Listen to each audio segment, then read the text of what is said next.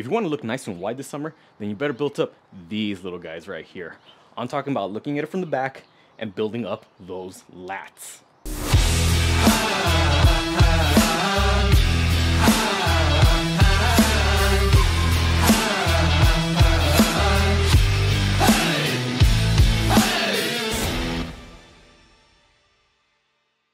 What's up everyone, David here, got a new video for y'all today. But before we get into it, if you haven't already, make sure you subscribe to the channel, hit the bell notification so you miss on any new videos. Because remember, new videos on this channel are Tuesday, Thursday, and Sunday, so don't miss out. Now go ahead, if you haven't already, make sure you watch part 1 of this video series. We're talking about fellas, men, guys.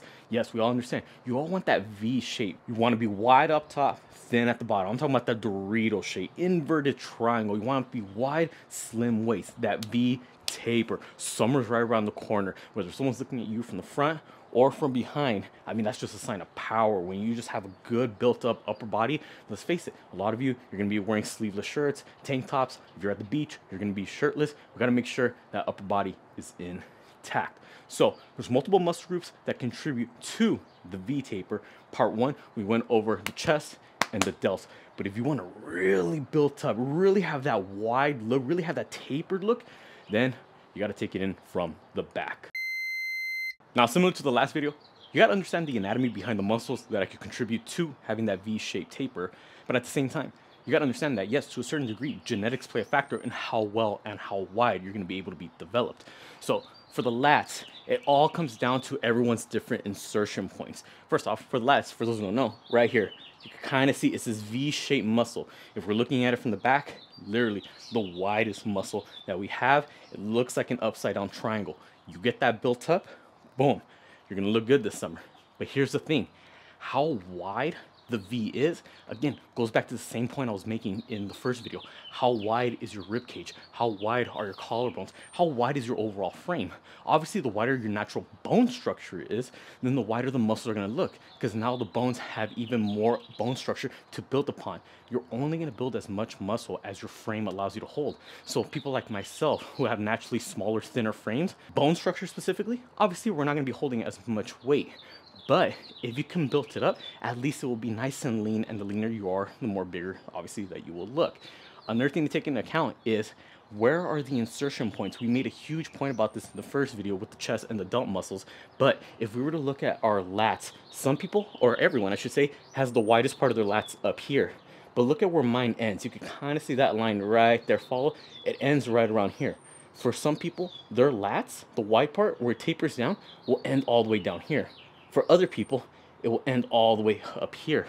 So depending on how high up your lats insert, if you have high lat insertions, it's gonna make you look super wide at the top and super thin at the bottom. Whereas in other people, if you have a lower lat insertion, let's just say instead of mine ending right here, it ends down here, then ultimately the V will start a little lower. And when it comes to those type of insertion points, you can't change anything about that. I can make my lats as big as possible. This muscle right here, I can make it as wide as possible, but at the end of the day, I can't make them go lower because that's where it inserts into your bone. You cannot do anything about that. So understand your genetic makeup, understand your insertion points, and then train accordingly. So now that we understand that, let's actually get into what are the exercises that are gonna help us build up that V taper from the back.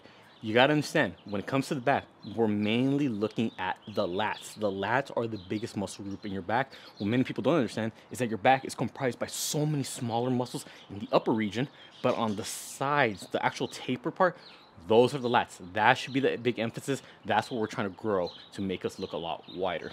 For me personally, I'm gonna be focusing on 2 main movements. I'm talking about a row, and then I'm talking about a pull-up. So for the row, probably many of you are already doing it, but there's just little things here and there that you can do to make it a little bit more efficient and, you know, obviously make a little bit more gains. So for me, the type of row I'm going to be using is just going to be a seated cable row. But realistically, any type of row can fall under this. It's this one little technique that I saw Jeff Nippert, for those who don't know, Jeff Nippert, science-based lifter, he was being trained by a very well-known bodybuilding coach, and he said this one cue in that video when he was training back. So I thought, I'm like, you know what? I'm gonna go ahead and try it for myself and see how it works. I feel such a huge difference in how much my back is being engaged. So typically, when we do our rows, you know, pulling the elbows back, getting a full squeeze, getting a good stretch at the bottom. from right here though, what I started doing differently after hearing that tip is pretend like you're shrugging your shoulders all the way up. Okay, now do the opposite. Bring your shoulders as low as you can down below, as much as you can, boom, and then row that way. That right there, pulling my shoulders down as much as possible, and then row, I feel such a huge difference in how much I'm actually able to feel my lats contract. They feel locked in, they feel a lot more engaged. So again, normally, before you start, shrug up, and now think the opposite. Bring those shoulders as low as possible down below, go as much as you can, and then boom, once you get as low as you can, then start rowing. You will feel such a huge difference.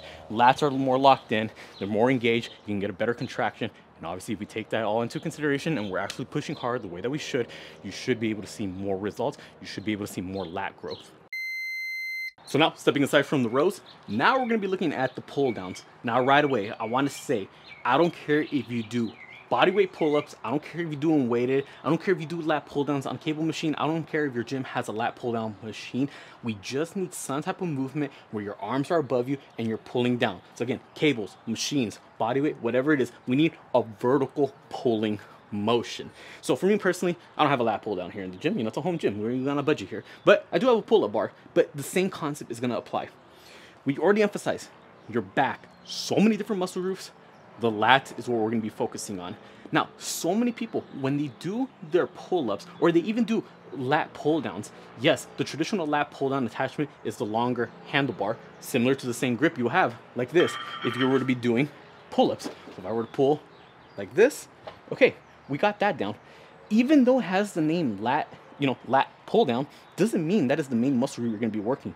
When we have our elbows flared out like this out on the side of us, it's more of a just general upper back exercise. There are so many different muscle groups in your upper back. We're talking about the traps, both the upper and the lower. We got your rhomboids, teres major and minor. Yes, you will still be working your lats like this, but what is an even better way to work the lats? Lats, instead of having our elbows out like this, have our elbows out in front of us like this and pull. So some people may say that, okay, in this case, let's just do chin-ups instead of pull-ups. People say you have to have an under grip. I want to say that whether your hand is an underhand grip or overhand grip has absolutely nothing to do with if you're going to be working more of your lats or more of just your general upper back. What matters is the position of your elbow. So it just makes sense that if we were to go from a regular pull-up grip like this to an actual chin-up right here, naturally our elbows are going to come up right here in front of us. But that doesn't matter because I can still do an overhand grip like this. And if I were to do my pull-ups, okay, no big deal. My elbows are still in front of me. So it doesn't matter if it's overhand grip, underhand grip. I just need to bring my elbows from out here to right here in front of me. So right here and right here.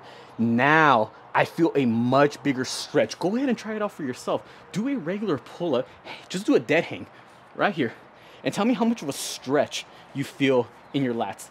Obviously you're gonna feel a little something, but if we were to flip it over and go right here, chin-ups, underhand grip, or close grip pull-ups like this, just bring the elbows in front of you, let yourself hang.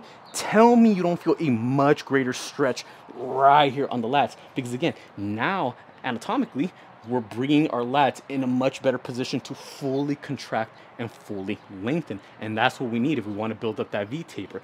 Go ahead, bring those elbows out in front of you, and then go ahead and do your reps.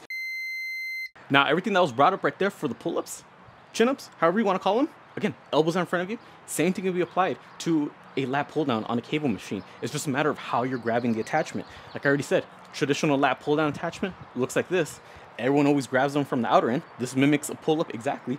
No, instead of here, either A, bring your hands closer together so now that your elbows are in front of you, or just go underhand, and now we have the elbows out right here. You're gonna feel a bigger stretch in those lats, and you're gonna feel it contract a lot better. We just need the hands closer together. If we bring the hands closer together, the elbows are naturally gonna come a lot with it. So you could either use that attachment, V-bar, because now our hands are right here in front of us, so elbows obviously tucked in front of us.